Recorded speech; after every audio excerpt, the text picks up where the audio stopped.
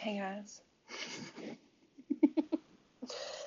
Someone with such a big head, I have a small brain because I forgot to film an intro. So, this is my intro. Enjoy the mystery video.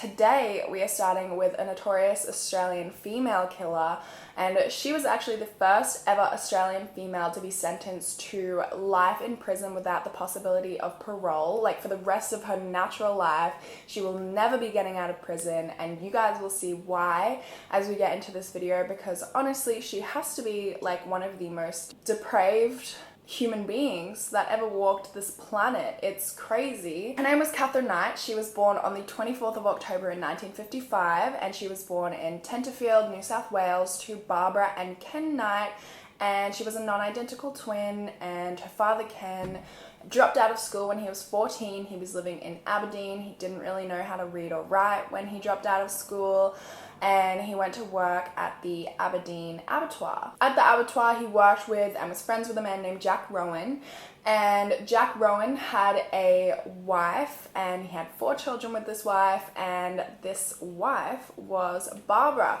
And Barbara and Ken ended up having an affair. That's how they got together, and this was in Aberdeen, and it was a conservative, semi-rural, very small town. Like, there was less than like 1,600 people that lived there, and even today there's just over 1,800 people that live there, so it's very small.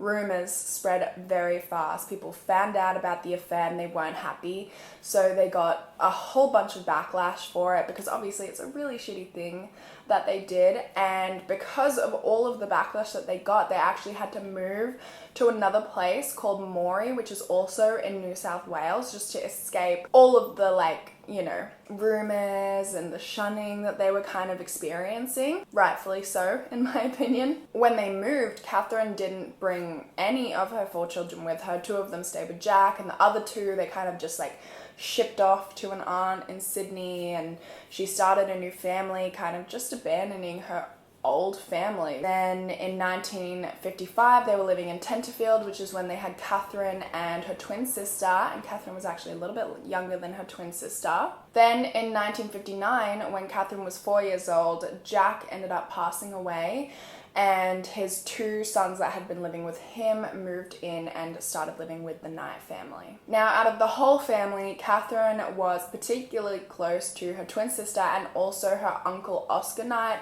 who unfortunately passed away in 1969, and she was just absolutely devastated. He committed suicide, and it just broke her, and in that same year the family ended up moving back to Aberdeen. Her family was incredibly dysfunctional. Her father Ken was an alcoholic, he was violent, and he would sexually assault their mother Barbara, sometimes multiple times a day. And Barbara would tell her children in detail about this. She would say that you just have to put up with sex and what the man wants, and she would tell them she hated sex and that she hated men, and she was also a particularly not a nice woman. She had an extreme temper, a really short fuse, and she just used horrible language all the time. And unfortunately, Catherine, growing up as well, was sexually assaulted not by her father but by her brothers up until she was age 11, which was confirmed by her family members when in the future she was getting psychiatric tests, and she told the psychiatrist about this. They were a little bit skeptical of her claims until they were confirmed, and I mean, you'll understand why as we get further into the case. Growing up, Catherine attended Muswellbrook High School, and she was a bit of a loner. She was a bully. Just like her mum, she had a really bad temper, she had a really short fuse, so she really didn't get along with many people at all. On the bus to and from school, there were boys that would kind of torment her, but she always fought back, and at one point she actually assaulted one of the boys with a weapon. There was another occasion where her teacher actually injured her, but in self-defense. And it was just crazy, because one minute she would be this crazy, like, angry, violent girl, and then the next minute she would be like a model student, getting really good grades, being praised for working hard. She just switched, And at home even, she was the girly one of her and her twin sister. She would help her mom. She would want to clean with her. She would want to cook with her. She wanted to help her around the house and play with her dolls. And then the next minute she could just be this like horrible person. It was almost like she was two separate people. Catherine ended up leaving school when she was 15 years old without really knowing how to read, without really knowing how to write, and she wanted to follow in her father's footsteps. It was her dream to work at the abattoir, but when she applied, they rejected her, so she ended up getting a job at a clothing factory as a cutter for about 12 months until 1971 when she applied at the abattoir again, and her application was successful this time. She started at the abattoir when she was 16, and she started as a general laborer, so she would basically just like mop up blood and clean up animal carcasses, and then eventually, or very quickly actually, she was promoted to boning, or like being a slicer, which was like her dream. And she was so excited about it. She was good at her job, she was efficient, she was very good with knives. She really took pride in her work, and when she was promoted, she was also gifted a set of knives which she just kept in tip-top condition. She even like had them hung above her bed so that they would always be there. So other than that, growing up, she was a pretty kind-natured woman. Some people described her as having a heart of gold. And she loved knitting, she loved making her own clothes, she loved playing bingo. But as you've probably gathered from what I mentioned about high school, she also had this other side of her that was not so nice. When Catherine was 18 years old, she met her first husband, David Kellett, and they just fell in love so quickly. They had a really fast romance, and in 1974, just a few months after they met, they were pretty drunk. They got on a motorbike and rode to the local registry office, which was like a town over in Muswellbrook, and they got married, and then they went to the local pub to celebrate with some friends. They also saw Barbara on the day of their wedding day, and she told David, like, you better watch this one because she will fucking kill you. And this was according to David, and he also said that Barbara said something along the lines of stir her up in the wrong way and you're fucked, basically. And she wasn't wrong, because that very night, on their wedding night, she ended up, like, he had been drinking quite a lot that day, so he was having trouble performing in bed, although I did read that they had sex like 3 times. So either they had sex 3 times and she wasn't satisfied with that, or he was like having trouble getting it up at all. But she wasn't satisfied, and she ended up strangling him in his sleep. Despite that though, their marriage was off to a pretty good start. You know, the honeymoon period, it was all roses, and she would cook him meals and send him lunch with him to work, and she knew the little things that would make him happy. It wasn't until about a year in that things really started going downhill. They were fighting a lot, she was starting to get really violent, and she ended up falling pregnant. And while she was like heavily pregnant, she burnt all of his clothes, all of his shoes, and also hit him on the back of the head with a frying pan, because he got home late from a darts competition where he actually made it to the finals. He was obviously like probably scared for his life at this point, because this wasn't like a one-off event. Like, she was violent, they were fighting a lot. He went to a neighbor's house where they took him to the hospital, and he was treated for a fractured skull. And he didn't press any charges though, but after their daughter Melissa was born, he ended up moving to Queensland with another woman who he had like kind of been having an affair with, because I mean the relationship was just cooked. He basically decided he didn't want to deal with her violent behavior, with her crazy up and down mood swings, so he left, and Catherine was heartbroken because of it, and she decided to take it out on her daughter Melissa.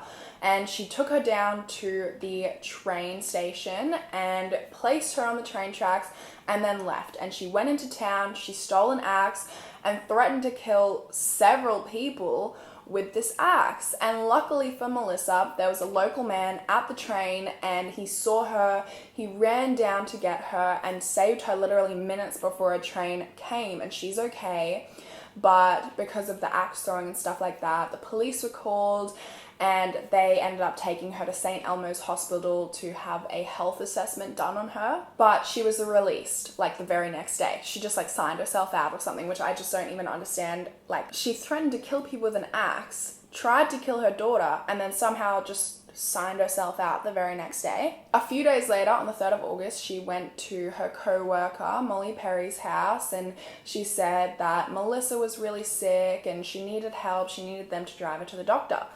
And Molly was more than happy to help her out. She got in the car, she brought her brother and her mum with her, and as soon as she got in the car, like, Catherine was not there to get help for her daughter. As soon as they started driving, she held a butcher's knife up to Molly's face. She even slashed her on the cheek and demanded that she actually drive her 6 hours away to Coffs Harbour, which is where David Kellett's mother, Jean, lived, because she basically wanted to question her about why David left her, and then she wanted to kill her, and then she wanted to kill herself. Molly drove to a service station instead to try and get some help, and when they got there, Molly like ran out into the service station to get help, and Catherine like took her younger brother and started threatening to kill him. Police were called and they managed to disarm her with a broomstick. And luckily there was like no major injuries besides like the slash on Molly's cheek, and one of the officers got like a small cut, and that was it, which is incredibly lucky. And she was once again taken to the hospital for a health assessment. So this time she was actually diagnosed with a borderline personality disorder, which is basically where you have unstable moods, unstable behaviors, but at the time it wasn't considered like a real mental illness. So she was released. Just like that. I mean, personally, like, when I was researching this case, I just couldn't believe the fact that all of these things she's done and people just keep releasing her, like, just into the public after threatening a boy, after slashing someone's cheek, after trying to hold them hostage, after all of the things she's done, and they're just like, no worries, off you go, into society. So by this point, while she was still in hospital, before she was released, David Kellett found out about the whole incident, so did his mother Jean, and he ended up leaving the girl he was in Queensland with, and he and his mother Jean came back to Aberdeen, and that's who Catherine was released to David and his mother, so that they could support her and look after her. She was released into their care just 6 days after everything had happened, and they were basically just instructed to make sure she stays on her medication. And then right after she was released from hospital, she got into a violent fight with her mother, because they went and they saw Barbara, and Barbara basically went up to David, gave him a little bit of a push, maybe a little bit of a slap, and just said, you know, you did this to her, you're to blame. And then Catherine went up to her mother and like punched her in the face and said, you will not ever talk to David like that. So Catherine and David ended up moving here to Brisbane. They moved to a suburb named Woodridge. It's not like the nicest of suburbs. She got a job at Dinmore Meatworks in Ipswich, which was another abattoir. Of course, it didn't take long for the relationship problems to start up again, and she couldn't let the affair go, and she would often hit him with pots and pans and whatever else she could get her hands on, and she ended up having an affair to like get back at him, and David actually ended up walking in on them. But despite this, they still tried to make the marriage work. They fell pregnant with their second daughter, Natasha, who was born on the 6th of March in 1990. Finally, in 1984, the relationship ended for good, and she went to go move in with her parents in Aberdeen before finding a place for her and her 2 children in Muswellbrook. But then in 1985, she ended up suffering a pretty bad back injury, so she couldn't work anymore. She went on a disability pension, and she also was provided a housing commission from the government, which she and her 2 daughters went to live in. The next year, in 1986, at the Aberdeen Bowl Club, she met 38-year-old David Saunders, and they got into a relationship, and just like with David Kellett, it started off all roses. She knew exactly how to make them happy, how to make them keep coming back. She would always have a hot meal for them, and just knew the little things that they liked. Just a few months after they started dating, David Saunders ended up moving in with Catherine and her 2 children. He had an apartment in Scone, which despite moving in with her, he still kept the apartment. But again, it wasn't long until the relationship problems started up and she started to show her dark side and started to get violent and started to accuse him of cheating, which apparently is like an effect of borderline personality disorder. You can get very paranoid that your partners are cheating on you, and it definitely didn't help that her previous partner David Kellett actually did cheat on her, which just made her very paranoid. She would accuse him of cheating, she would then kick him out all the time, and then she would beg him to come back and live with her again and apologize and do the small things that he liked and cook him nice hot meals and like lure them back in. In May of 1987, David Saunders owned a dog, a small 2-month-old dingo puppy, and she went out into the back and she slit its throat for absolutely no reason, as to teach him a lesson if he did cheat, you know, what she was capable of. And you know, they always say killing innocent animals, I mean, all animals are innocent, but killing animals is like the first sign that you're going to be like a serial killer or a psychopath. She claimed that he beat her. She claimed that he kicked her in the stomach when she told him that she was pregnant, all of which Saunders denies.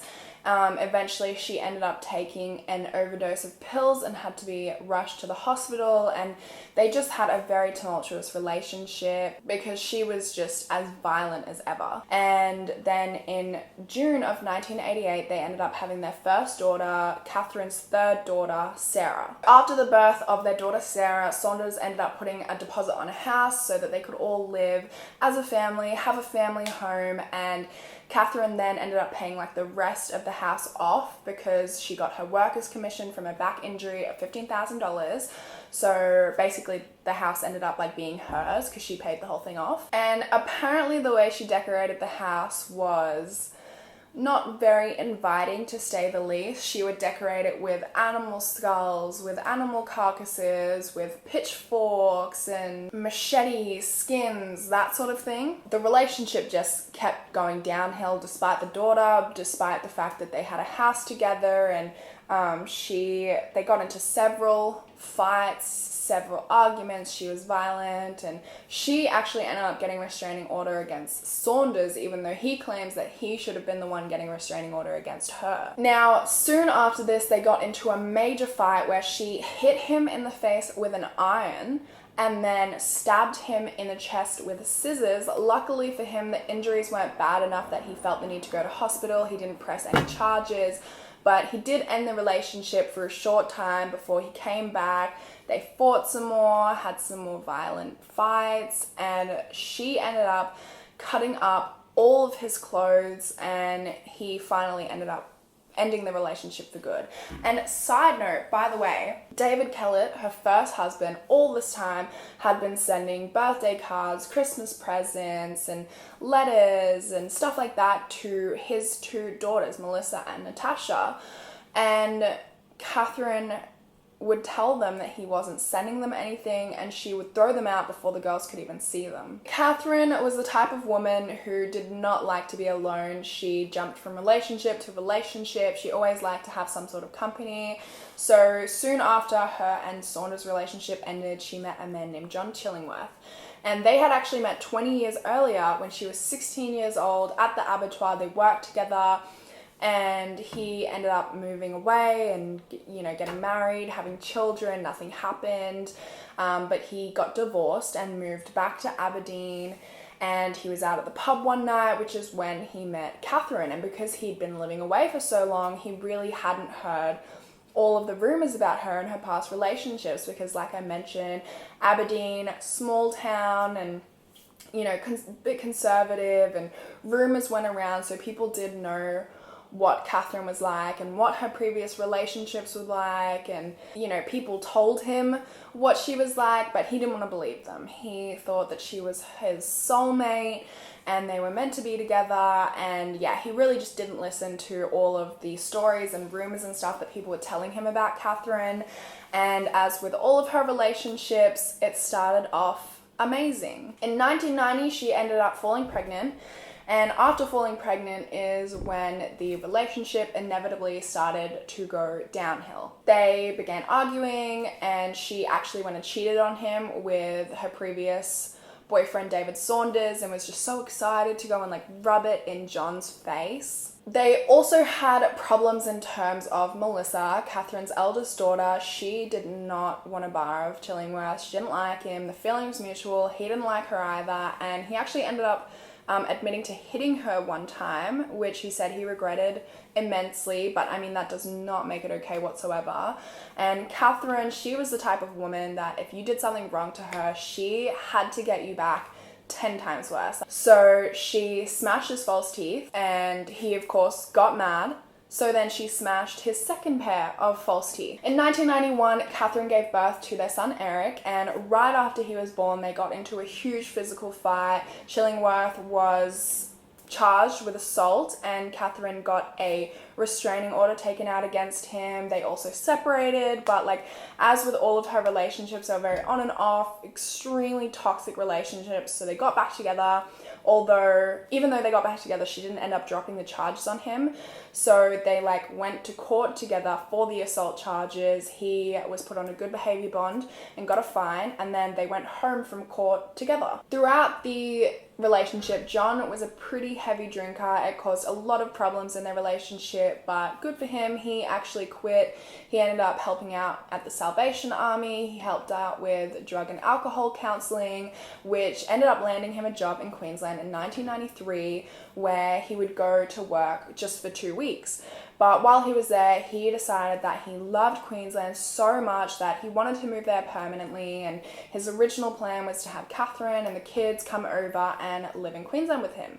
So they went and visited him there. They got in a huge physical fight. The relationship ended for good. And actually, you know, for months before that, Catherine had been having an affair with another man, so she was more than happy for the relationship to end, and she could just bounce on to her next relationship. And the man that she'd been having an affair with for quite some time at this point was John Price, and he was born on the 4th of April in 1955 and was the eldest of 6 children. He left school when he was 14, so he as well could barely read or write, but he was an extremely hard worker, very dedicated man. He worked with heavy machinery, with earth moving equipment and trucking and mining, and he really put everything like into his work. Like, he was very good at what he did, and he made sure to put all of his effort towards it. He was married to a woman named Colleen. They had 3 children together, 1 son, 2 daughters, but his life definitely was not without struggle. There was an incident where his brother and his dad were in a huge physical fight, like massive. His dad pulled out a gun, and as he was loading it, his brother pulled out a gun as well, fired a warning shot, and unfortunately killed their mother. And the death was ruled accidental. His brother was charged with manslaughter, and of course, like, the whole thing just devastated John, as you could imagine. And so he ended up finding a job elsewhere and moving to Aberdeen in 1981. John was described as just like a top bloke. Like, he was easygoing, he was carefree, he was laid back and well liked by everybody that he knew, and he was the kind of guy that just had a heart of gold. He would do anything for anybody without expecting anything in return. In 1988, after 15 years of marriage, he and Colleen split, but it was just like a really respectable, mutual split, to the point where she needed some money. She needed like $500 in order to fix her fridge, and without question, he just like bought her a new fridge. And there was another time where she was going away on vacation, and she didn't ask for any money, nothing. He just heard that she was going away for vacation and slipped $500 into her bank account just so she would have some extra spending money, and didn't expect anything in return, didn't even tell her that he had transferred the money. Like, he was just seemed like a really like genuine person. He liked to unwind after work with a couple of beers with his mates, and there were 2 pubs in Aberdeen. There was the Aberdeen Hotel, which was known as the Top Pub, which was where he liked to go with his friends, and it was called the Top Pub because it was on the top of a hill. And there was another pub which was called the Bottom Pub because it was on the bottom of the hill. One night he was out at the Top Pub getting a few drinks, which is is where he met Catherine, and they hit it off right away. And as with the common theme with all of her relationships, started off roses, cooked him meals, knew the things he liked. Like, she was very good at like luring a man in, and despite their toxic relationships, always knowing like how to get them to come back after their fights and stuff like that, and still having very long lasting relationships with men despite the fact that she was so violent and toxic. And he knew about Catherine and her past relationships just like everybody in Aberdeen knew, but he was optimistic because everything was going so well that he was different and things would be different with their relationship. And it took about a year for things to start going downhill and the violence to come out and the fighting to start. The fights just got worse. Catherine started to get paranoid that he was cheating, just like she did with her past relationships, because of her borderline personality disorder, and also, you know, her first relationship with David where he actually did have an affair. Eventually, Catherine moved into John's house, and there was a lot of relationship problems based off the fact that he wouldn't marry her. The house was in his children's name, and the reason he didn't want to marry her is because he wanted to make sure that she was not entitled to the house whatsoever.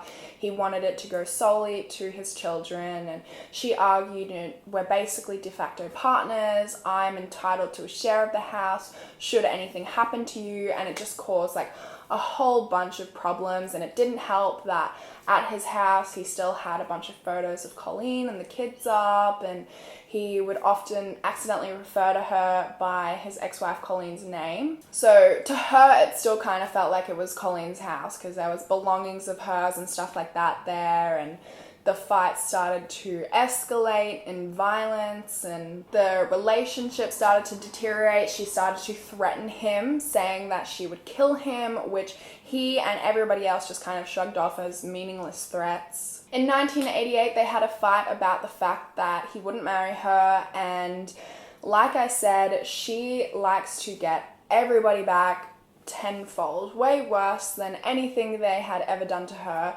So she started taking videos of things around the house that she claimed that he had stolen from his work. And it was things like expired first aid kits, which were already in the trash at his work, which he had taken from the trash, expired bug spray, stuff like that. And they got into a big fight. She sent it off to his boss and even invited his boss to their house to show it to them in person, which she did. And he got fired after 17 years working at this job, working his way up to a 100K a year salary. He got fired just like that because of some expired first aid kits and expired bug spray that Catherine had sent to them. Of course, he ended up ending the relationship. He kicked her out. She moved to her own place, and word spread like wildfire around Aberdeen. As with everything, everybody knew, about all of the things that had happened. It was a small town. And eventually, 6 months later, John got lonely and he got back with her.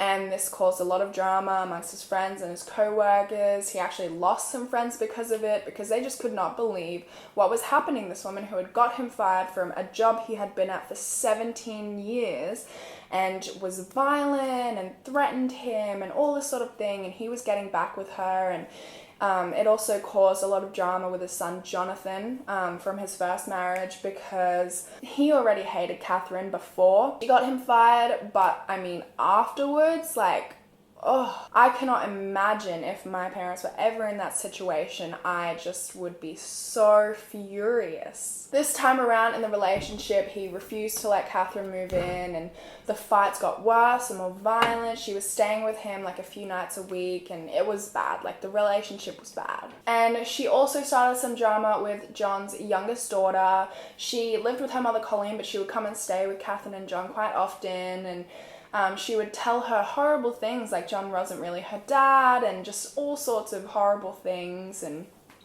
by this point, John's eldest children had moved out, they had families, and same with Catherine's eldest daughters, Natasha and Melissa, they had moved out. Natasha had a family of her own, but her 2 youngest children still lived with her. John ended up confronting Catherine about the way that she'd been treating his daughter, and she was doing the dishes at the time he decided to confront her, so she grabbed a knife, lunged at him, and stabbed him in the top left chest. And luckily for him, he didn't press any charges. It wasn't bad enough that he had to go to hospital and get treatment, but it did leave a permanent scar. And then towards the end of 1999, Catherine offered her nephew $500 to steal John's $20,000 uninsured ute. And then that wasn't enough for her. She also asked her nephew to throw battery acid on John's face, which her nephew thankfully did not agree to do. She told her older brother that she was going to kill John and that she was going to get away with it because she was going to act like she was mad, like crazy. And John wanted to leave the relationship, but he was scared. He was scared that she would target his children. She was scared of what he would do if she tried to leave, because he didn't see a civil way to get out of the relationship. He didn't see any way that he could, leave and talk her down from just going off. During the afternoon of the 27th of February in the year 2000, they got into another big fight and she ended up coming at him with a knife. He ran next door to the neighbor's house to call the police. He had scratches all over him from the fight, but Catherine also had some bruises on her as well, and he told the police that he wanted her out. He did not want her in the house. He wanted her removed. And they said that unfortunately there was nothing they could do and that he needed to go and get a court order. The next morning at 2:30 a.m. he woke up to Catherine standing over him, or sitting over him on the bed with her arms behind her back. And so he reasonably was scared that she had a knife. He was scared for his life. He jumped out of bed.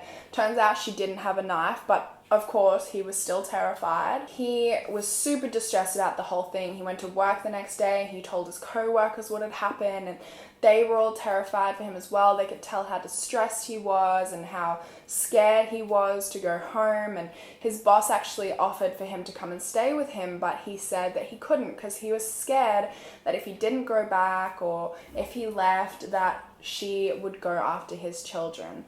So he decided to go home that night and try and have a civil discussion and civil conversation with her. Now, they both agreed they couldn't continue on the way they were, but Catherine refused to leave the house, and while they were there at home, the police showed up to serve John with a restraining order that Catherine had taken out against him, which was crazy. And honestly, it was just a piece of paper at that point because they both stayed in the house together that night. The next day, on the 29th of February, Catherine woke up. She cooked John breakfast. She cooked him lunch to take to work, something she always did. As I said, she knew how to lure these men in. She would cook for them. She would clean for them. She would, do all of these things and know the little things to lure them back in. So he went to work, and on his lunch break, with permission from his boss, he went to the courthouse so that he could get a restraining order against Catherine. But again, as I said, it's just words at this point. It's just words on a piece of paper. It doesn't really mean anything.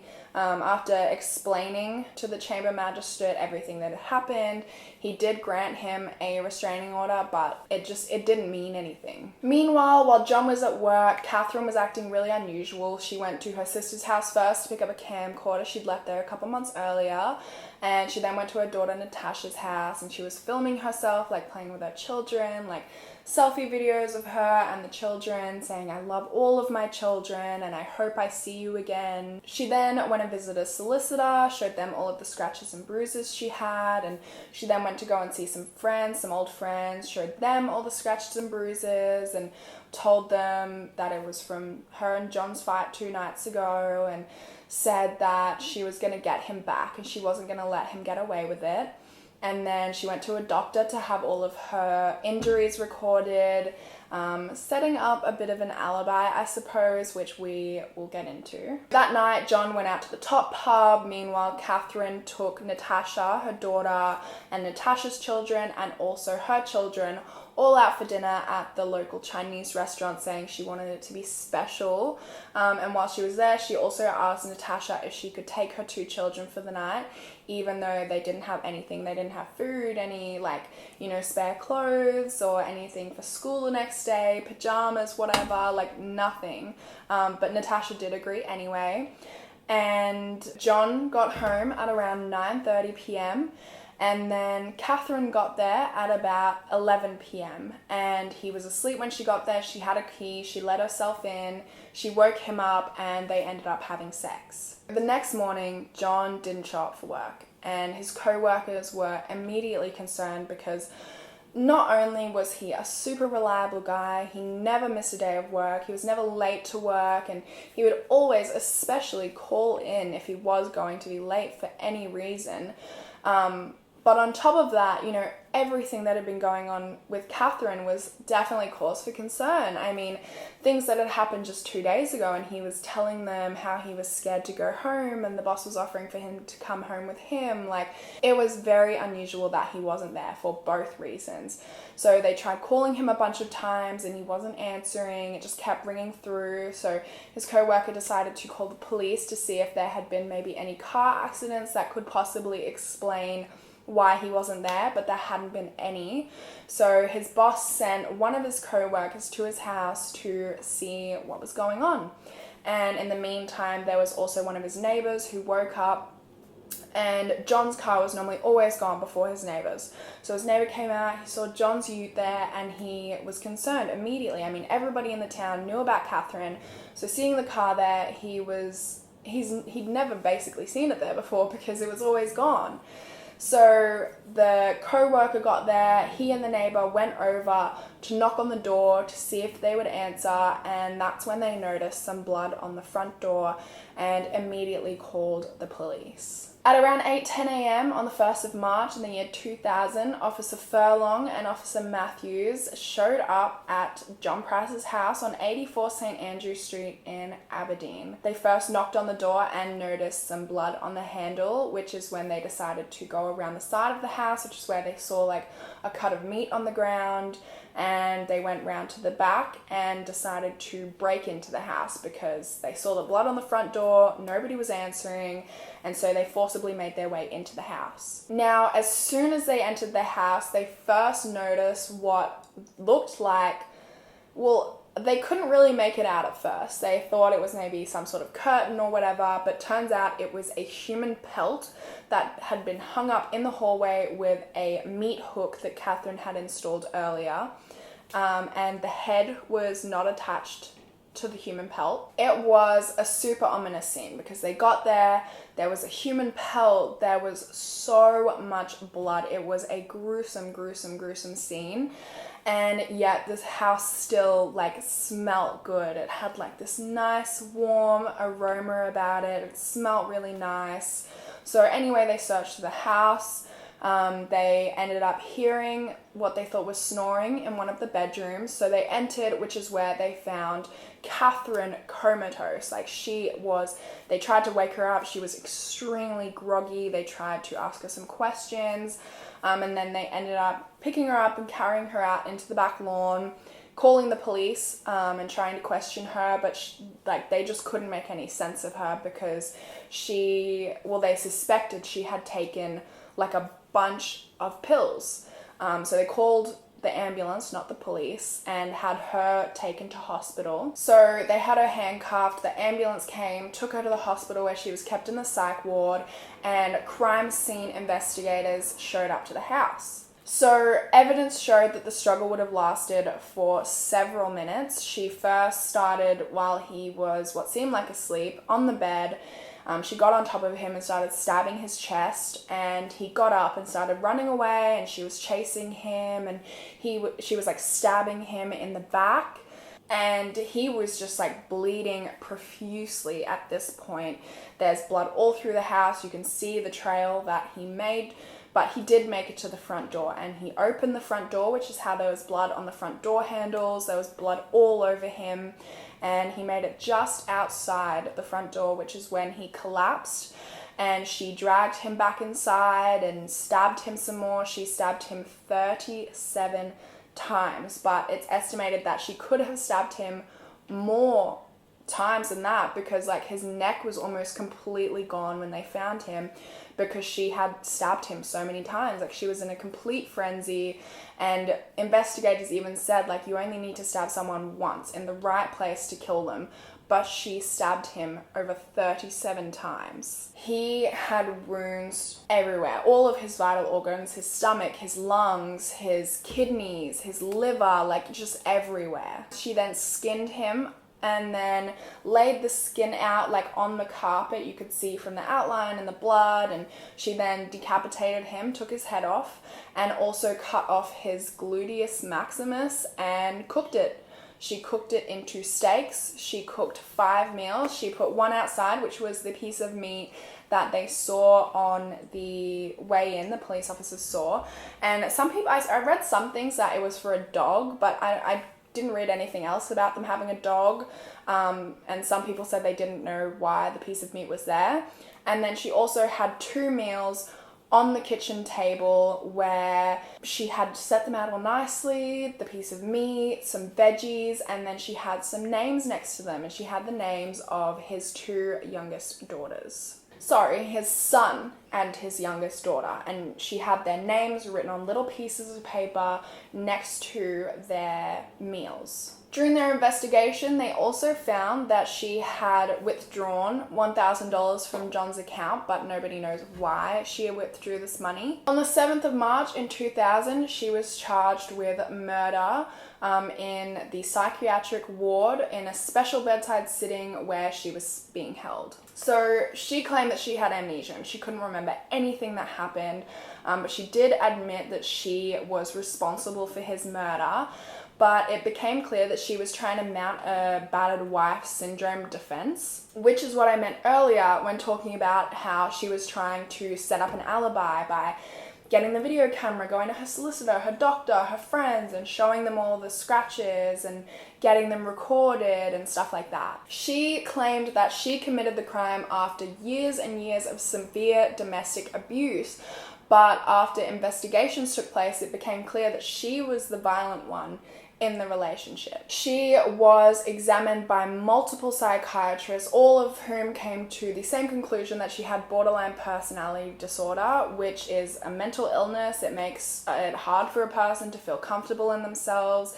It causes problems controlling emotions and impulses, and causes problems relating to other people, but it wasn't considered a psychiatric illness. So they found her violence was just a part of her nature, and her claims that she didn't remember anything were dismissed. Initially, Catherine pled not guilty to the charges, and her trial started on the 15th of October in 2001.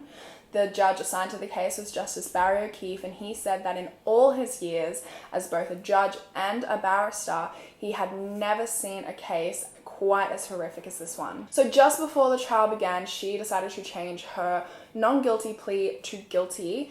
And Justice Barry O'Keefe was pretty concerned about this. He was concerned that if he did sentence her under her guilty plea, that she would then go to the Court of Criminal Appeals and appeal, saying that when she entered the guilty plea, she was actually insane and not in her right mind. So he got some court-appointed psychiatrists to go and examine her again, who all came to the same conclusion, once again, that she had borderline personality disorder, and it was just violence was a part of her nature. And yeah, they basically came to the conclusion that she wasn't insane, she was just a horrible, horrible woman. So a sentencing hearing was then held, and Justice O'Keefe actually allowed the jury to leave if they wanted while the evidence was being presented, because it was so incredibly gruesome that if they didn't feel comfortable, he was perfectly okay with them being dismissed, not to have to see the evidence. And while the evidence was being presented, she would not look at it. Like, when photos and videos were up on the screen, she would not look. She just looked straight ahead at nothing, completely deadpan, no remorse, just no emotion whatsoever. When there were, witnesses up on stand recounting evidence and talking about her and what she was like, she would not look at them. She would just look straight ahead, deadpan, no emotion. And when she wanted a recess, she would then start screaming and crying and having fits and rocking back and forth, manipulating the court in order to get adjournments when she wanted adjournments. Like, she really knew how to work people and what would work in her favor and what she needed to do to get things, which is why Justice O'Keefe was, you know, concerned that she would pretend to be insane and get her sentencing thrown out. So Justice O'Keefe found that her suicide attempt was not genuine. He also dismissed her claims of battered wife syndrome. He believed she was an extreme danger to society, and he, on the 8th of November in 2001, sentenced her to prison for the rest of her natural life without the possibility of parole, and in doing so made her the first ever Australian woman to be sentenced to such a long, you know, jail for the rest of her natural life. Like, she will be in jail until the day that she dies. In June of 2006, she tried to appeal it, saying that the punishment was too severe for just killing somebody, but she was denied. She is currently being held in Silverwater Women's Correctional Centre in Western Sydney, where she's known as the Nana.